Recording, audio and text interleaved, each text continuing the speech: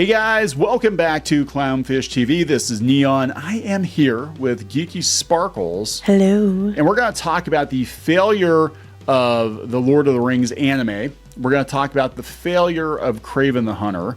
And we're going to talk about the delay to the Spider-Verse, I guess. Right after Craven the Hunter bombs, they're like, yeah, we're going to push the Spider-Verse movie, the third one, back. I thought they were going to get, the Spider-Verse, but I thought they were going to get rid of like all the villain ones now, aren't they? For Spider-Man, for Sony and stuff? Yeah, they're not going to do any more villains movies. Yeah, so...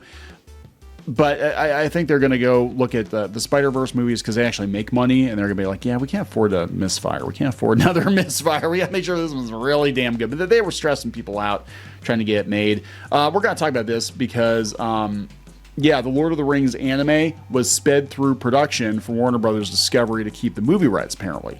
That's the only reason they pushed it, and people said it wasn't that great. I don't know. I haven't seen it, but it didn't make a lot of money. It made very, very little money. It only has a 51% score on Rotten Tomatoes. Like, I feel like that's better than some of the Hobbit movies, but like, I think Lord of the Rings was lightning in a bottle. Like the original trilogy, that's it. That's all we need, and everything else after that was very unnecessary. But I think that's what's going on. Kind of reminds me of the Fantastic Four situation too. So we'll talk about this. Before we get into it any further, please subscribe for more pop culture news, views, and rants, guys. Go out to clownfish-.com for merchandise and exclusive content, and you can also get that content on clownfishtv.locals.com. Anyway, yeah, this movie failed at the box office. The anime sets a disappointing box office record for the franchise. I think they thought, oh, we'll do anime because everybody loves anime. Yeah, that's what I think they were thinking. Like, we're going to cash in on that. And it looked, I mean, to be fair, it looked better than the Amazon series, but they said, yeah, it landed with a thud. Well, they already flushed Lord of the Rings on the toilet with the Amazon show. Yeah, the brand is damaged. Definitely. We had the Amazon series, and then we had the Gollum video game. And Lord of the Rings is not in a good place right now. They basically Star Wars it. Now, they're owned by, I believe, Embracer Group. All the Tolkien stuff is owned by Embracer Group. And then it was kind of like a Disney Star Wars situation where they're like, let's just pimp it out to whoever's willing to pay for it. But yeah, they said it's not good. They said it sits at 51%, the critical score on Rotten Tomatoes, but the toughest battle is coming at the box office. They said it's the lowest domestic grossing Lord of the Rings movie to date. So what did it do? It did 4.6 million during its domestic opening weekend. Holy hell. This is worse than Craven. It said that's domestic. It has $30 million budget.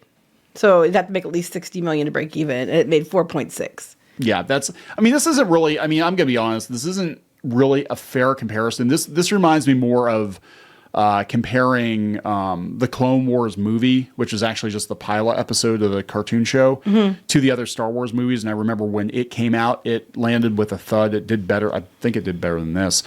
But people are like, this is just a pilot for a cartoon series. Why'd you put it in the theater? I think in this situation, it should have just gone to streaming. Yeah, I think this one should have gone to streaming. Yeah. But they were probably trying to claw back as much money as they can. But well, I think they were trying to keep the rights, Yeah, well, that's it. It was like, why was it done? Why was it done very quickly? And comicbook.com says, yeah, it was reportedly fast-tracked to keep the movie rights. It was sped through production so they could keep the movie rights to it. According to a new report from Variety, yeah, it only made $4.6 million during the opening weekend. But the film making money at the box office wasn't the driving factor behind it getting the green light. According to the report, it was fast-tracked through an order to maintain New Line Cinema's control of feature film rights. So use it or lose it. Use it or lose it. And this is kind of what happened with, this is exactly what happened with the Roger Corman Fantastic Four movie back in the day. It was never released theatrically. It's got Jay Underwood in it? Yeah, it had Jay Underwood. He was Human Torch. Really? Yeah, it was actually...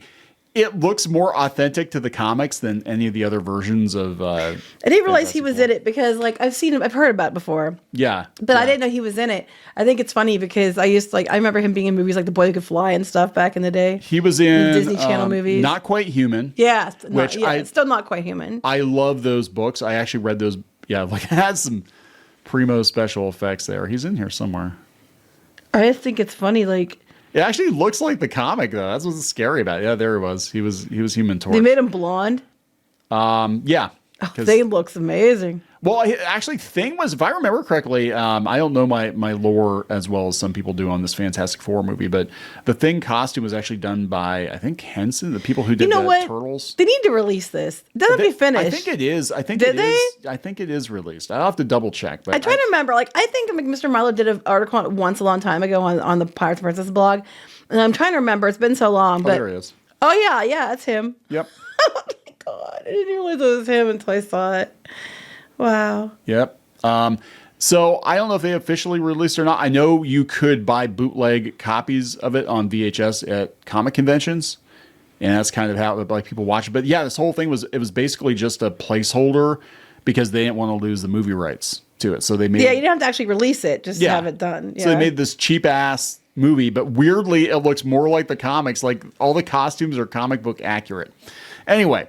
So that's what's going on there because, the film rights are split, and I guess like Amazon has rights to a certain, like they're trying to sell the Power of the Rings as a prequel to the Jackson series, but it's not.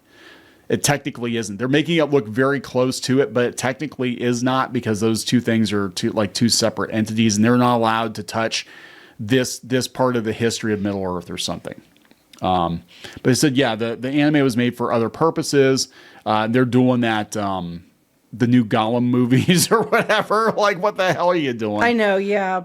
But they said, they wanted to keep the rights under New Line Cinema while these future live action projects are being developed for release in 2026 and beyond. It's yet to be revealed how correct this report is going to be, but it does make some sense for the franchise as a whole. Yeah. Like this one should have just been dumped on the streaming and whatever, but nobody's watching it. It's like $4 million. Like, what the hell? What is this? So that's one failure. Let's talk about another one. Oh yeah, speaking of Craven the Hunter, yeah. Craven, yeah. So Craven, I think we talked about the other day. It had a very bad Friday, but we had no idea how bad it was going to be. They thought it was going to make $14 million this weekend, which is still awful. It made $11 million. So it was even under the dismal, what they thought was going to get. It's still below that. This is actually worse than the worst case scenario. Yes. I can't stress to you the level of failure that this is. So Craven the Hunter bombs with $11 million opening weekend. Worst start of Sony-produced Marvel films. It already had low expectations, but sat number 3 with $11 million from 3,200 theaters. It landed the worst debut ever for Sony's universe of Marvel characters behind Madam Web, which did $15 million. As well. That's a lot of theaters, too, to do that bad. Yeah, that is. As well as some of the franchise's lowest ever marks from critics and audiences with a tragic 15% on Rotten Tomatoes and a C on Cinema Score. I don't think it's going to do well. It's like Craven the Hunter is Sony's third Spider-Man adjacent adaptation of the year, following Venom 3, which I didn't see. I don't really care. And they did Morbius, and they did Madam Web, and they're not doing any more. So, it was pretty bad. And then I think as a result of it, I think that's behind this. They're actually pushing the Spider-Verse movie back, and they're not giving a date for it. They said it's definitely not going to come out in 2025. That's what people thought. So 2026 at the earliest. It might even be later than that. Dang. But this is the only thing they have going for them because they have proper Spider-Man tied up with the MCU. They made a deal to tie him up with the MCU. So they do a Spider-Man 4 with Tom Holland, which apparently they're working on right now. That's going to be kind of more of a Disney thing. And then this is like the only shot they have, right? And I think eventually Sony is going to nope out of the Spider-Man business. I think they probably will because they're like, well, we can't do anything outside of Spider-Man proper that's going to make money. So what the hell? Yeah, pretty much. Anyway, we're going to wrap this one up. Let's wrap this one up. Not much to say. More box office failures. Please subscribe for more pop culture news, views, and rants. We'll talk later. Bye.